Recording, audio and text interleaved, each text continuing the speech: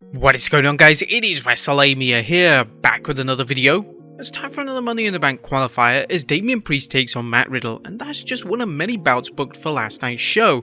Join us now as we look at this week's edition of Raw, as well as the wildest news stories and rumors you need to know, including AEW fires producer after arrest, Vince changes up Raw again, huge return at Money in the Bank, is WWE repackaging a tag team, Sean Waltman in AEW, and much more. Be sure to subscribe and hit that notification bell for daily wrestling videos, and follow us on Facebook for exclusive lists. Also check out our new channel, Wrestlelamia Shorts. As always, we won't recap the matches, but just look at the good, the bad, and the downright ugly. As always, we start off with the good as number 1, Shinsuke Ricochet Bronson Reed angle is heating up. The rivalry between Nakamura, Ricochet and Bronson Reed is heating up, and it looks like the universe will be the real winners. The storyline of Nakamura and Ricochet wanting revenge on Reed at any cost seems to be heading towards a feud between the two babyfaces, which will make for some fantastic matches. Number 2, more tension in the Judgment Day. It looks like the rift between Damian Priest and the rest of his Judgment Day teammates, particularly Finn Balor, is growing. Priest's insistence that no one interferes in his match against Matt Riddle was the latest sign that the Archer of Infamy wants to succeed on his own. In addition, the WWE has peppered in some hints, such as Balor making some passive-aggressive gestures about Priest. Throw in Balor's continued interactions with JD McDonough, who reportedly is being considered for a spot in the Judgment Day, and it seems inevitable that Priest will be the latest Judgment Day member to get the boot. Number 3, Maxine Dupree is a good addition to Alpha Academy. Does Alpha Academy need Maxine Dupree? Well, not really, but so far she's been a useful addition to the tag team. While it's unknown if WWE has long-term plans for Dupree with Otis and Chad Gable, she's added a new dimension to her already entertaining act. Number 4, Rhea Ripley's new belt. Yeah, we've seen WWE give out new belts every single week now. Some look good, like Seth Rollins' World Heavyweight Championship, and others are a bit meh, like Asuka's new World Championship. Now on this week's Raw, Rhea Ripley was handed a new belt and declared the new Women's World Champion. To be honest, we like Seth Rollins' belt, and this belt looks even better in white. It kinda looks more prestigious. What do you guys think of the new belt though? Let us know in the comments down below. And solid tag team match, and WWE protected Gunther. As expected, the Kevin Owens Sami Zayn vs Imperium match was solid, with the WWE shaking things up by having Gunther team with Ludwig Kaiser. The WWE gave fans a hard-hitting match that furthered the Gunther vs Riddle storyline without making the tag titles seem secondary. Last night's match was well booked in protecting Gunther from eating a pin, but doing so in a credible way. But that was a good. What about the bad? Is number 1, do we need Indus Sher vs Shelton and Cedric? Indus Sher challenging Shelton Benjamin and Cedric Alexander makes no sense, given how they shellacked Shelton and Cedric last week. Rumor has it the WWE wants to build up Indus Sher for WWE's upcoming return to India. A rematch against the former Hurt Business members is pointless, and worse, it shows a lack of boldness on the WWE's part in giving Indus Sher a tougher team to battle. Number 2, why are tag champs in a singles match? Last night, Shayna Baszler vs Raquel Rodriguez was entertaining, but ultimately pointless, as it featured 2 tag team wrestlers, including one half of the women's tag team champions, competing in singles action. If the WWE wants to focus on the women's singles division, it should book its singles stars. Likewise, if they want to hype the tag division, book tag matches first. If 2 tag teams begin feuding, that's the time to throw in an occasional singles match. And Natalya doesn't need a new gimmick. Why is Natalya getting a new gimmick? The Queen of Hearts has been booked as a veteran who still gets the occasional championship match, but who is best used in making other wrestlers look good, similar to Dolph Ziggler. The idea of a new gimmick seems useless, as does any type of turn, since Natalya has more heel and babyface turns than the Big Show. And nothing ugly, as Raw kept things fresh for the most part and had the usual blend of action in and out of the ring with the logical developments in storylines. The WWE knows how to weave multiple storylines, such as Cody Rhodes' ultimate goal of winning the Undisputed Championship and the speed bumps of Dominic Mysterio and Brock Lesnar, without making things confusing. Add in the new title belt, and Raw was pretty solid this week. What would you guys think of Raw this week? Let us know in the comments down below. Now let's move on to the news.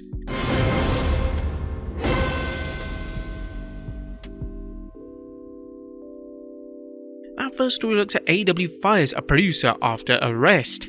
Atop of today's news is the recent arrest of AEW producer and coach BJ Whitmer following Whitmer's arrest for domestic violence charges. AEW tweeted, BJ Whitmer has been terminated following his arrest on domestic violence charges. While talent and staff are ultimately responsible for their own personal actions, this behavior is intolerable within AEW. AEW has reached out to offer support to those impacted by this behavior. Fightful is reporting that Whitmer was arrested and charged with first-degree strangulation and second-degree burglary. Cage-side seats noted records show Whitmer's bond was set at $25,000 and that he was released from custody today, June 12th. His case was bound to grand jury, which indicates the judge has deemed the prosecutor's evidence sufficient enough to proceed, with the next step to seek an indictment from a grand jury. Next up, Vince changes up Raw again. Did Mr. McMahon change up the 12th June Raw? Well, that's a report coming from Fightful Select. Vince McMahon made changes to the WWE Raw again for the June 12th show, and word got around to talent shortly before the program. However, just how much did McMahon change the show? Fightful added, "We're told the changes that he made on the June 5th show were largely timing, match order, and the like." WWE sources also indicated that he adjusts the aftermath of certain matches as well. WWE talent have largely said they prefer making the changes remotely, though last week was one of the more positively received Raws of the year. McMahon was present at last week's Raw, but it's believed that he was largely due to the show's proximity to WWE's HQ. One thing is clear, Vinnie Mac is making changes. Based on the product, the changes seem minor. While some news sites are claiming McMahon has made major changes to shows, the only show that evidenced major changes was the first Raw after WrestleMania. Next up, huge return at Money in the Bank. Is Drew McIntyre going to appear at Money in the Bank? Well, a new report from PW Insider suggests that WWE would like to make this happen, but so far McIntyre refuses to return to the WWE until he's satisfied with his creative direction. Further complicating matters is that the two-time WWE champion contract is ending soon, and word has it that no deal has been worked out on that end. McIntyre's WWE career has been hit and miss since he was drafted to SmackDown. Although he had a huge main event match at Clash of Champions, most of his time on the blue brand was in some lackluster and repetitive programs, including a forgettable feud with Baron Corbin and Madcap Moss, as well as what seems like his 800th program with Sheamus. And in the news that McIntyre has worked through several significant injuries, and it's understandable why he's looking to do more. Although Money in the Bank was an immediate sellout, the WWE seems to want to make sure that this is an unforgettable show for its UK fans, especially since AEW is running a stadium show just a month later. Whether or not the Scottish Warrior returns remains unknown, but there's no doubt he will receive a thunderous ovation here. In the meantime, McIntyre will represent the WWE as a goodwill ambassador for the upcoming Special Olympics World Games 2023. Next up, WWE Tag Team being repackaged. Fans of the Maximum Male models may be disappointed to hear that WWE is considering repackaging their not-so-dynamic duo. Fightful Select is reporting that Vince McMahon lost interest in the group after Triple H took them into a flamboyant direction. The Maximum Male Models faction provided a good opportunity for WWE superstars Mace and Mansoor to get some TV time, but things have been hit and miss. First, the group's original leader Max Dupree, aka LA Knight, didn't like being in the group. Second, the WWE hasn't been able to find the time or considered it worth the effort to give Mace and Mansoor many matches on TV.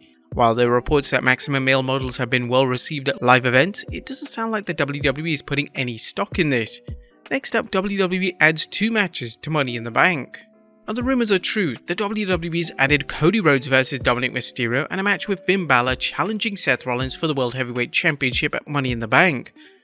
There had been whisperings that the 2 matches would take place at the July 1st PLE in London, and now both bouts are on. Next up is the WWE Repackaging Natalya. Now, the Queen of Hearts recently tweeted, "I haven't been the same since Night of Champions. I've beaten myself up worse than anyone else could ever beat me. I wish I knew how to turn it all around."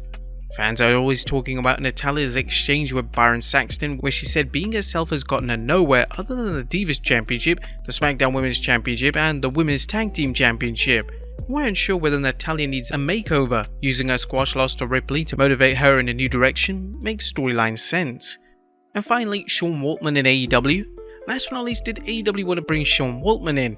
Sean's former DX partner Billy Gunn discussed this during a chat with Sportskeeda. "I think we tried to get Sean in here a couple of times. Things just didn't work out, but I think if the time is right, I think he'd be a great asset because he still has huge popularity and everybody knows him, and he's such a good guy that he would not only help the younger talent as well as be a good representative for our company, and it'd be amazing if we could get him up in here." Meltzer commented on the Wrestling Observer Radio that AEW did reach out to Sean at least twice, but talks were not serious. But there you have it, folks, our review of Raw, as well as the wildest news stories and rumors you need to know. Be sure to leave your comments down below, and I'll see you next time with some more wrestling content.